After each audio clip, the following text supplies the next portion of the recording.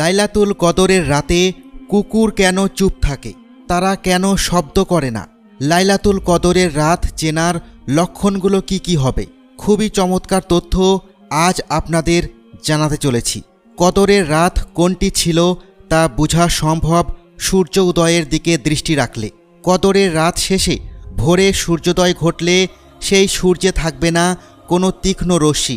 আপনি খালি চোখেই তাকাতে পারবেন, আপনার চোখে অস্বস্তি হবে না। সূর্যটা চাঁদের মতো স্নিগ্ধ হবে। আল্লাহ তাআলা বলেছেন, সেই রাতে জিব্রাইল আলাইহিসসালাম সহ বাকি ফেরেশতাগণ পৃথিবীতে নেমে আসবেন।